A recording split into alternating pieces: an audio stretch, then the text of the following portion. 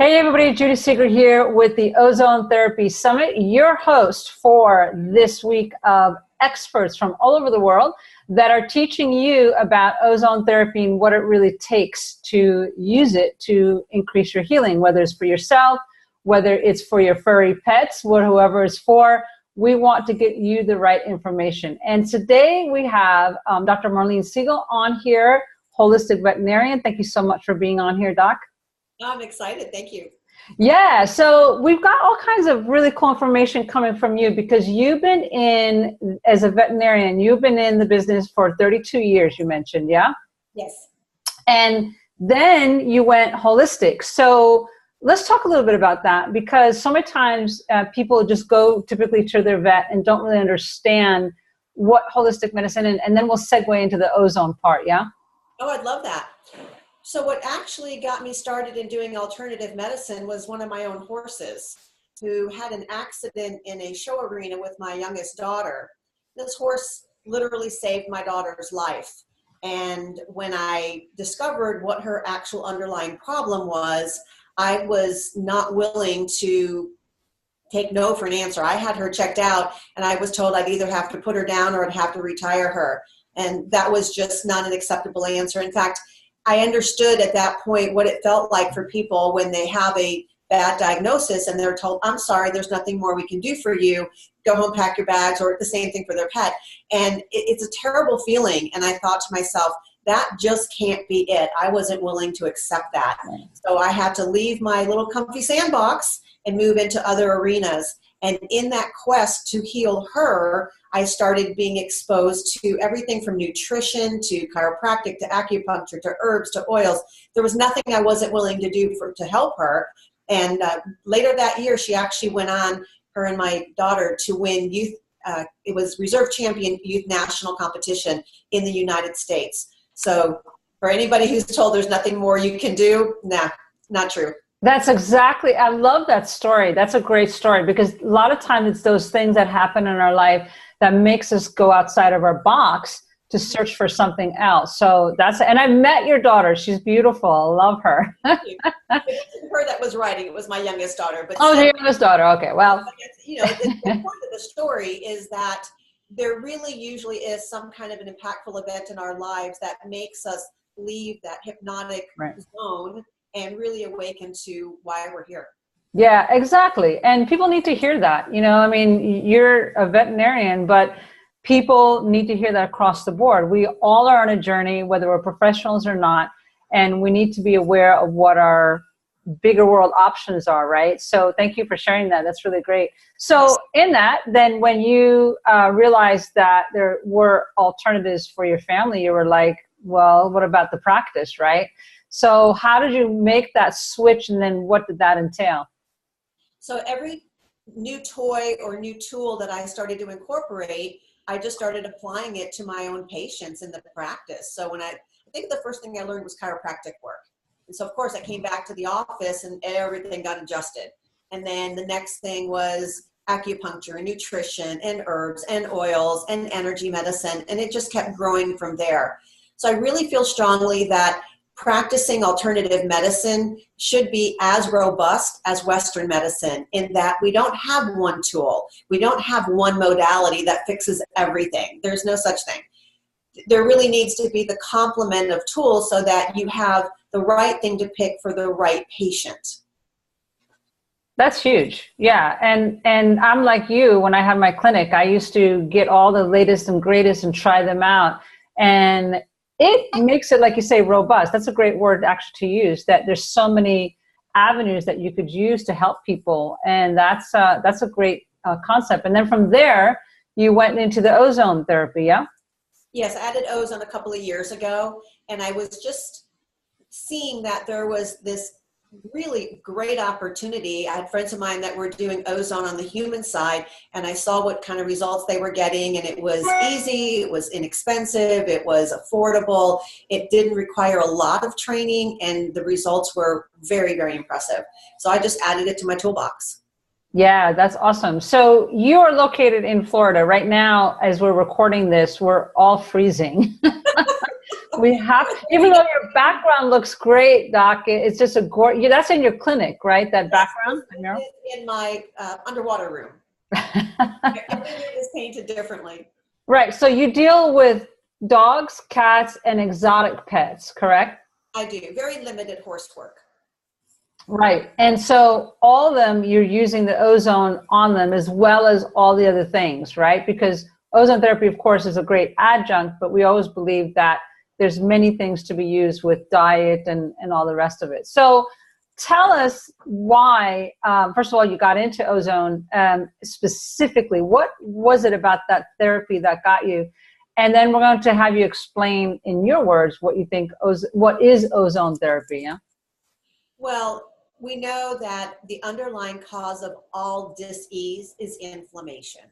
And the hallmark of being able to use ozone, it's one of the most powerful tools for decreasing inflammation. It's helping the body to regenerate, produce those antioxidants. So for me, that was such a common sense thing. And it works on, we can use it intravenously, we can use it topically, we can use it rectally, we use it as a lavage. It just has so many applications. So for me, it was a very simple tool to integrate, and it is a major stay in my toolbox. So typically, how do you use the ozone with the animals? Well, I think it depends on the case, but we do a large amount of our work is done intravenously, because even though we just talked about inflammation being the underlying cause, inflammation doesn't typically stay in one spot in the body. So inflammation is a systemic problem. So I like to start out with an IV ozone therapy. I get the whole body integrated and working, oxygenated, reduce inflammation. But if I have something, let's say a hot spot or a cancerous wound, then we'll also lavage that with ozone. Ear infections, we lavage that with ozone. It is phenomenal for these dogs that have chronic ear infections, Pseudomonas, E. coli, these gram-negative infections that are really resistant to a lot of stuff. We'll flush them with ozone, and they're even more comfortable within 24 hours. Wow, that's pretty cool. 24 hours, they're comfortable. That's rare that you see that, right? I mean, that something could turn them around so quickly. Yeah, no, it's not just ozone. We do laser therapy along with that, and we've already gotten them on a different diet. We're reducing the amount of inflammatory mediators that are coming in from the food, from the water, from the environment, from the EMF. So we're taking care of all of that at the same time. Right. Nevertheless, when you treat an animal and you can see those effects that rapidly, it's really impressive. Right. And that is impressive. What about, okay, so your specialty is you work a lot with cancer and a lot with these animals that are suffering and going through, of course, their pain and all that. How have you found, and you could share some stories with us, of the animals that have had cancer and what has happened as you've seen them? And again, we know that you're using the holistic approach as a naturopath. That's exactly what I teach. You know, you want the whole picture there. But what have you seen? What kind of stories can you share? What has happened as you work with the animals with cancer? I'd love to share. So there is a case that we presented on the Truth About Cancer pet series. And it was a dog named Gracie who had cancer, very advanced when she came to me. And we had her come in one day. The owner thought, this is it. She couldn't walk in. They had to carry her in. They really thought it was goodbye time. And I said, if you're not ready to say goodbye, what if we just try doing an ozone treatment? We put her in a magnetic resonance machine that we have, and I chiropractically adjusted her. Within an hour and a half, this dog started eating out of our hands. She hadn't eaten in 3 or 4 days, and she was trotting around the office. Now, she didn't live forever. That's not our objective in anything that we do. We all know that we have an exit strategy and we're all leaving at some point. The question is, do we have quality of life while we're here? And are we able to extend that quality of life for as long as it is capable of? And so for Gracie, her owners were able to get several more weeks of really quality healthcare with her. And then when it was her time to leave, she left. Right. And so when you use the ozone, let's get into some of the, you mentioned a whole bunch of ways you're using ozone with IVs and lavage and all that. So let's break it down, explain it in layman's term, how you're using the ozone and how that works on the animals. Okay. So when we do a IV infusion, we put an IV catheter in. It's a catheter that goes into the dog's vein. Then we draw blood, and it's a proportion of blood based on the body weight of the dog. So smaller dogs would take less blood, larger dogs would take more blood. Then we run it through a machine which ozonates the blood. So when we draw the blood, it goes into a bag, and we add some saline to that, and it runs through a machine. We also put a UVB light on that. So it not only ozonates the blood, but it has this UV frequency that's infused into it. And then we put that back into the animal through the IV catheter. So we'll see animals. I have another case that we just recently did with a older dog who was not eating, not feeling good, not moving around. He has arthritis in his back. When we x-rayed him, we did ultrasound, we did an entire workup, blood work, everything. And we ended up doing an ozone therapy and a chiropractic adjustment. And again, within a couple of hours, this dog was running around immediately following the ozone. He was lifting his head. He was moving around. It was a remarkable difference.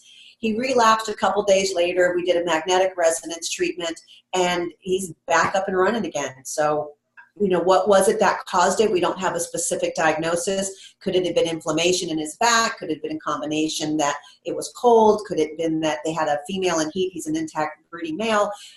You know, whatever that was, he seems to be doing back to his normal self now. Yeah. So when people come in, I mean, do they ask about the ozone, or do you have to educate them? What are you finding as far as what the owners are understanding about ozone? I think at this point, we're still having to offer and explain. A lot of people don't know what ozone therapy is. So it's rather new in the veterinary world. I don't think there's very many practitioners doing it. I think in Florida, there may be one other doctor. Just in case I missed somebody, maybe there's two. So there's not very many in Florida. Right. So when you sit there and explain to them how it works, so they feel that it's safe and secure, right? That's always the big issue with everybody, is like, is it safe and secure to use for me? Is it something that is going to be okay for my animal, my pets? How do you explain that? Because people really don't understand how the ozone works inside the body. So let's go through and explain that process of what exactly happens. So we know that ozone is made naturally in our environment. It's electricity that hits an oxygen molecule, splits it, and when it basically comes back together again, some of those molecules will form an O3 instead of an O2. That extra oxygen is not stable. So when we put that, we use a machine that makes the ozone, and then when we put that back into the body, that extra oxygen molecule is looking for something to bind to. So it'll look for viruses, bacteria, it looks for anything that has inflammation, and it attaches to that. So it has very safe, oxygen is just what's in our body anyhow. Most individuals, people and animals, are oxygen depleted. Really, we're not breathing correctly. We're not really oxygenating our body. So this is a fantastic opportunity to really be able to raise oxygen levels, turn on the antioxidant enzymes that are there to help with all that free radical damage. And something that I help explain to my clients is that 100 years ago, our bodies always make free radicals. It's just a normal byproduct, sort of like the oil in your car. It has a job to do, and as the car is running, it gets dirty, it gets these byproducts in it, and you have to change the oil. Well, the body does the same thing. Normal metabolism will create free radicals. But in the olden days, our diets had enough antioxidants naturally in the diet to balance the amount of oxidative stress that we were under. But nowadays, we are making so much more oxidative stress from the genetically modified foods, the hormones, the chemicals, the pesticides, the stress, the lack of sleep, the EMF, the toxins in our water. All of that contributes to this very, very high oxidative stress load. We couldn't physically eat enough food in its natural state to be able to meet the antioxidant needs. So consequently, what we need to do is either reduce the oxidative stress or increase the antioxidant capacity of the body. Ozone is a marvelous way of doing it.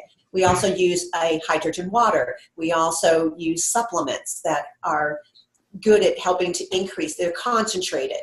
So my point is that you're not going to do it in your just everyday normal life. If you are going to try to meet that oxidative stress, you have to supplement your diet. Hydrogen water, ozone is a fantastic opportunity. And now that they have home units that you could do rectal ozone, it makes it so much simpler. In my opinion, I think everybody in the world should have the ability to make molecular hydrogen at home. We have a machine called Echo. I think everybody should have a magnetic resonance machine. It's called a Magnosphere. I spoke about that at The Truth About Cancer. And you literally sit inside these copper coils, and they produce this magnetic resonance. And one of the main features is that you raise your parasympathetic tone and you lower your sympathetic tone. So everybody in the world has these really high stress lives. We've heard the SAD diet. The standard American diet is that hamburger, soda, fries, supersized meat. Okay, we all get that. But we also have the SAD day, which is waking up sleep deprived, stressed, getting the kids off to school, eating a high sugar breakfast because you didn't have time to eat cereal or whatever, and then you're rushing to get to work and you have all the stress at the job, and then you have to get off work and deal with pets or kids or spouses or whatever, and then you have money issues, and then you go to bed way too late, and you're either vegging in front of the TV and doing too much EMF late at night and screwing up your melatonin and sleep cycles, or, you know, can everybody relate to some part of that day, even if it's not the whole day? Everybody can relate to some part of the day, including that every building we walk into is loaded with EMF, the electromagnetic frequencies. So we're bombarding our bodies nonstop. I call that the SAD day. It's the standard American day, which I just described. And it includes the standard American diet. So we really need to start revamping what our lives look like. We need to start getting control of the things that we have control over. We can control our food. We can make choices about what we eat and what we feed our pets. And absolutely non-negotiable is organic eating for your pets and for yourself.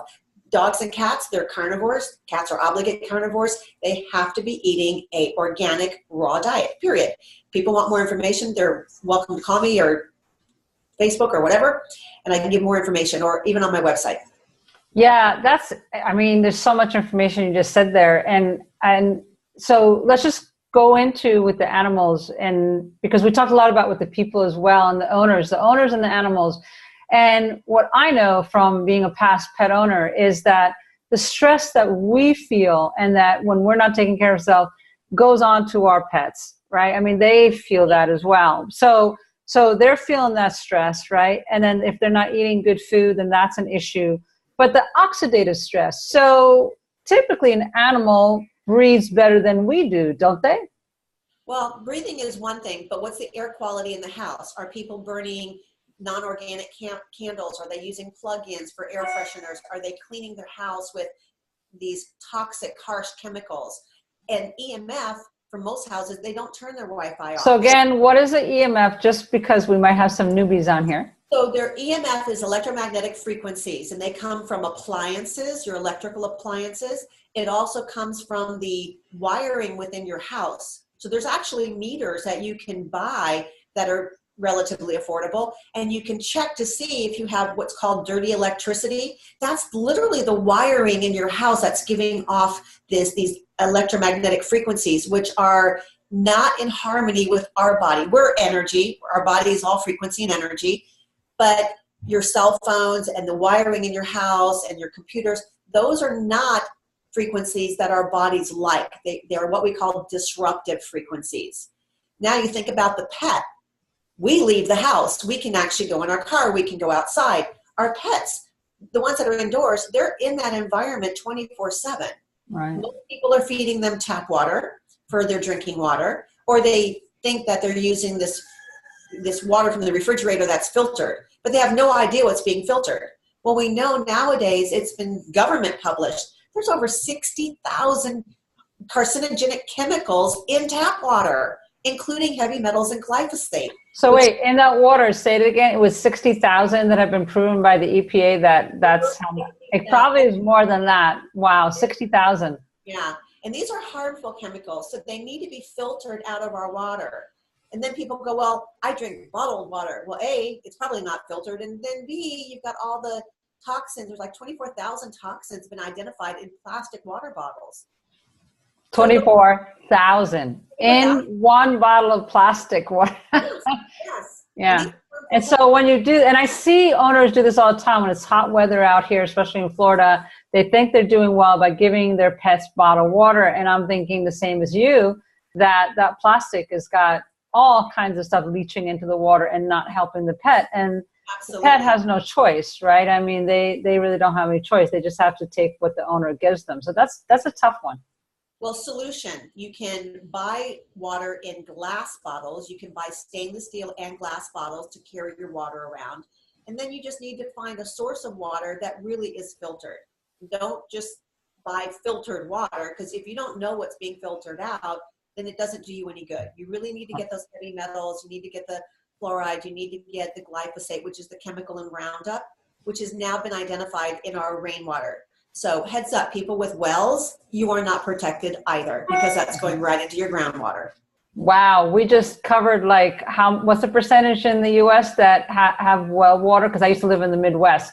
Yeah. That's a huge percentage, right? And they all think that it's safe water. And I'm like, no. When I had my clinic, that was one of the main things I saw is people who had the runoff from the farms, was going into the well water and damaging the people, and lots of cancer as a result. And animals, of course, no exception. Plus, like you said, the Roundup, the sprays on the grass and all that, when they're out there running around, they're getting affected. So this is a huge issue. So yes. When you have the animals come in and they're full of toxins, you're doing the ozone and all these other things, do the owners see the correlation? I mean, we're trying to educate them here, of course, but what are you finding in general? Are we making some strides that the owners are seeing the correlation of the toxins with their pets? I don't know if they make the direct connection right away, because the way cancer is reported in our country and all inflammatory diseases, from the cognitive dysfunction diseases to the diabetes, we get these reports that, 1 out of 2 males are going to have cancer and 1 out of 3 females are going to have cancer. And then the conversation stops there. Your insurance agent goes, well, you need to buy more cancer policies. Oh, that just lights a fire underneath me.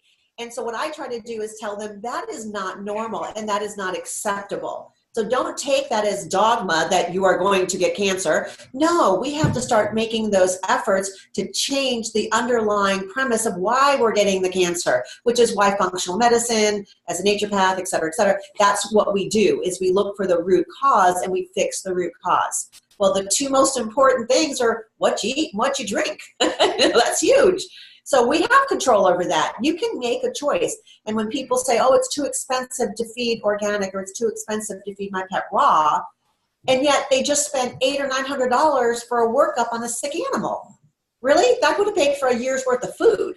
So we are not considering what cost is of broke care, including time from work that you have to take off to take your animal to the doctor, to the vet, that the amount of emotional stress and trauma when your pet is, nobody raises their hand when I'm lecturing and says, I enjoyed poisoning my dog this morning. No, we want, in fact, most owners say to me, well, I'm feeding the most expensive kibble out there and it's grain-free. So they think they're doing the right thing. It's just lack of education. So I honor you for doing programs like this, because we're able to reach a lot of people and explain to them why they're not being given the correct information. And it really boils down to the industries that are making money off of us getting sick and keeping our pets sick. Well, the media, yeah, we don't want to get on that soapbox. So, so you mentioned, okay, so the solutions. I love that when you said that earlier, Doc, that you said the solutions are, first off, organic food is very important. And yes, it costs extra, but it's so worth it when the pet doesn't have inflammation and pain or develops into disease like cancer. Making sure the water is filtered and in a glass container. That's super, super important. They could also ozonate the water and have their pets drink it. I do tell a lot of my people to do that. And then get the ozonation, which is fine, but all of the things that you have at your clinic. Just as a rundown for the applications, you mentioned about doing the IVs for your pets. About how long does that take typically for the process to go with the pets to do that? 30 to 40 minutes on average. Oh. Yeah, we put the catheter in, we draw the blood, it runs through the machine. A larger dog, it's going to be a little longer because it takes longer for the blood to go through the filter and get ozonated. And then it's back in the animal, we take the catheter out and they're done. And they do that once a week, once a month? Depending on the severity of the case, we can do IV every 4 days, but typically we do it once a week because we have other modalities that we're doing in between. Right. So that helps a lot because you got other things that are building that immune system up. So to share with us some stories about some of the other pets that you've had that have gone through the ozone therapy and all the other modalities that you have, because we want to give people the examples. We want to give them the hope that, hey, this works. Alternative modalities do work. We're just trying to get the stories out there. And so share with us some other notable cancer situations that you had, Doc, that people could hear that, hey, you've been in this a long time, over 20 years in the holistic part, 32 years in the conventional, that it works. It's just a matter of putting it all together. But let's get you sharing some stories with us. So we have a dog right now that has osteosarcoma. It's a bone cancer. And the dog was diagnosed, came to us after the diagnosis. These animals are usually gone within 4 to 8 weeks of their diagnosis. We are well past that right now. This dog is getting a combination of hyperbaric therapy, ozone, IV, and doing magnetic resonance, and then some energy work, and of course the nutritional supplements and stuff like that. I want to point out something for your listeners is that I describe when I'm teaching about cancer, about momentum. So imagine that you have a hill and your car is trying to go up the hill. There's a certain amount of energy that's required to get there, yes? And when you get to the top of the hill, you're at that saturation point. You reach the peak. So I describe the going up the hill as being the accumulation of toxins and chemicals and inflammation and stressors that are leading to the top of the hill, which is where you're about to get sick. Right. We're about to notice it. And when you go past the tipping point and you start to go down, when you first go past that tipping point, there's not a lot of momentum there. In fact, you could run out in front of your car and stop it. But once that car starts to really gather some momentum and it's now flying down that hill, it's not so easy to step in front of the car and stop it, correct? And that's what we're talking about with cancer. Cancer is an end stage of inflammation. So if you're going to slow down that inflammation, it's not going to be a pill for a nail. It's not going to be one little change in your life that's going to make all the difference. If there's a lot of momentum going, like an osteosarcoma or basically any cancer, there's a lot of inflammation that's been going on for a while. So it takes a lot to push up against that momentum and slow it down, then stop it, and then push it back over the hill. Takes a special owner that's willing to step up to that plate and believe, A, that it can be done, because our belief systems dictate everything, and 2, that they put the time and effort into it with the right tools, with the right guidance. So it's not something that the pet owner that gets a diagnosis of cancer in their pet is going to go home and be able to treat at home. It really does require a team and a lot of positive work. Emotional release. We do emotional release on all of our patients because we know that what causes dis-ease, it's either a deficiency of essential nutrients that your body needs, it's an excess of toxins that it can't tolerate, and for most of us, it's a combination. And on the other side are trapped emotions. So I know I didn't answer your question yet, but I needed to lay that foundation, is that when we're treating our cases, we're looking at what are the deficiencies, what are the excesses, and we address that. So you make up the deficiencies and you do detox to get rid of the excesses. And then we deal with the trapped emotions and we get rid of those. And then we start turning the cell back on so that the energy in the cell, the glutathione production, can start back up again. So that's huge, because what you just said, and I want to pause here just a second, it's not just about using one therapy. Yes, the whole summit is all about ozone therapy because we want to bring it to light, but you're absolutely right. You mentioned detox, you mentioned cell energy, you mentioned the immune system. There's so many pieces to this. So that was very well put, and we appreciate that, because it is not just about one therapy doing all these things. It can, but it really is the big picture. You know, you talk about the emotional part. I'm harping about that all the time. Yeah. Not sure how that works with the pets, except that they pick it up from the owners, right? Yeah. They train to it. So they're little messengers, little angelic messengers. So that we can do a whole show on that. And that is absolutely my favorite passion, is working with that. But what I wanted to really impress with the owners is that if you're going to seek somebody who does alternative care, look at the big picture. Do they have one tool in their toolbox, or do they really understand the spectrum of what energy medicine is? And it's what I just described. It's being able to understand deficiency and excesses, and being able to understand trapped emotions, and being able to understand that ultimately it's the cell that is malfunctioned, that isn't working, and finding out why, and then how do you get that cell back on. So that's the premise of how we treat cancer. Now, that being said, we have lots of great stories. A lot of our patients are older. I think in the last year, we've started to see cancer in younger and younger animals. We're seeing them now in 4-month-old animals, so very young.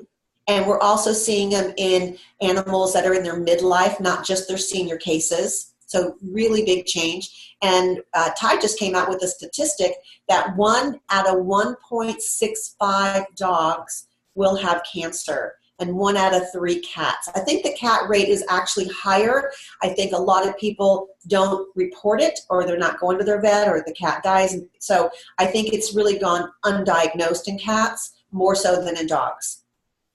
So I think wow. that rate. I didn't even know the numbers were that high. Wow, that's crazy high. Higher than what's predicted in human males, which is 1 out of 2. So the cancer rate in dogs is even higher than that. Wow. So we really have to start taking a really close look at what are we doing, and we could extend that to the planet. Well, what are we doing to the bees? What are we doing to the environment? What are we doing to the atmosphere? What are we doing to our water? We're losing frogs. Maybe people don't think frogs are important, but they're part of the ecosystem. And when they start dying off, like the bees, there's the problem. It's almost like you're getting that, here's your sign. And if you don't pay attention to it and stop doing the things that we're doing, we're really going to mess up the world that we're living in. Yeah, exactly. Thank you so much for that. That was really, we went deeper than I expected, but that was something that people needed to hear. Yes. So cases, we just had a case. It's not a cancer case, but I love this case. He actually came in on emergency 2 nights ago. It was an owner who was walking his dog, and another dog attacked him and bit him in the back. So he ran to the closest emergency clinic, and they quoted him almost, I don't know, it was $1,000 or $2,000 bill. They were going to do all these things and all these drugs. And he called me up and he said, can you see me on emergency? So 9 o'clock at night, he came down, and we lasered the wounds first, because we have a frequency that literally stops pain. So the first thing I did, I took him out of pain. So I lasered it to get the pain gone. Then I was able to shave it, prep it, actually see what the wounds look like. And then I made up an ozonated, we call it acid water. It's made up of hypochlorous acid.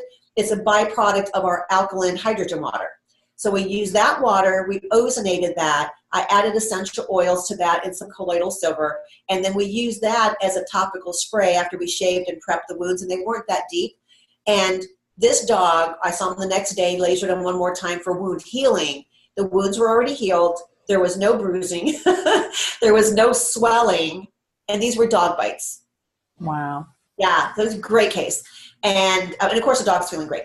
So that was another really good case. But cancer cases, we just get so many. We get a lot of skin tumors, growths. So we'll use an herbal product on some of them, and then we'll flush with ozone afterwards, or we'll use IV ozone. Basically what we're seeing is that the animals feel better. They start to eat. That's the cool thing about animals. Humans will not even admit if they feel better because they're so out of touch. But animals, it's like you see it immediately. It's like 1 minute they're laying there not eating, next minute they're up romping around. So you know it's working. Yeah. Gracie was one of the greatest stories, because these owners really thought they were bringing her in to euthanize her, and we got a good considerable longer amount of time with quality of life. And that's what most people are concerned with. It's not about how long their pets are going to live. It's about the quality of their life. Right. Nobody wants to see their pets in pain and suffering. No. Right. And so a lot of the things that we have tried to put together for treatment modalities are things that owners can actually purchase and use at home, because frequency is important, right? If you have a lot of momentum, you're not going to just treat that by tossing something at it once a month. It's not going to happen. Right. Now, having said that, there's going to be some people out there that are really energy people. They're going to go, well, you can heal with just your mind. And they're true. I absolutely, on a quantum level, I understand that. We don't need any tools or any toys to heal if we can raise our vibrational frequency and shed the disbeliefs and really get to that level. 99.99%. I was going to say, no way, me included, 99.5% cannot get to that level. We have too many distractions, too many issues, too many. So no, you're absolutely right. But no, I agree. You can. The power of the mind it's huge, but we don't have that. Most of Right. it. And the other thing that I see a lot of practitioners in the veterinary world doing is they're dipping their toe into that alternative world, and they're trying an herb for this and an oil for that. I want to caution people to not fall into the same Western mind trap that you have a symptom and you have a pill or a potion for that symptom. They're still not addressing the root cause of the problem. Great. I love that you said that, because I teach that too. Don't look for the magic pill, even though everybody's looking for the pill or the therapy or the protocol. They want that magic to get rid of it, and it doesn't work like that. And they want it without having to do anything different. Exactly. I think Einstein, who I admire so greatly, Einstein was so metaphysical, and he said, insanity is doing the same thing over and over and expecting a different result. Oh my gosh, we have to start taking responsibility. This is a personal responsibility. It's not about guilt. It's not about shame. It's about saying, what am I doing that is creating this? You know, we talk about what are your thoughts, because you're going to attract what your thoughts are as well. So are you being very negative? Are you being very pessimistic? Are you not having gratitude, and et cetera, et cetera? So what are you projecting, and what are you creating? And then it gives you an opportunity truly to create the opposite. So I look at that as a positive. If something negative happens in my life, I get to look at that and go, oh, wow, here's an opportunity. This is something I don't need in my life anymore. It's come up into my consciousness for a reason. So now I can shift that belief system about whatever that was, and I create a whole new neural network that serves my purpose now. So that's about as powerful as you could say it, Doc. Thank you so much. I mean, we could talk all day. I could see that. Lots to talk about, because you're talking about it from the owner, human perspective, as well as for the pets. And that is a powerful combination. We really need to look at the whole picture. So thank you so much for your time. Thank you so much for everybody watching and being on here. And we are going to have all kinds of things afterwards, and free gifts and all things for you to continue learning. And if you want to get a hold of Dr. Siegel, we'll have information about that as well. So Dr. Siegel, thank you again for your time. I appreciate you. Thank you. You're welcome. Thanks. Bye. Bye-bye.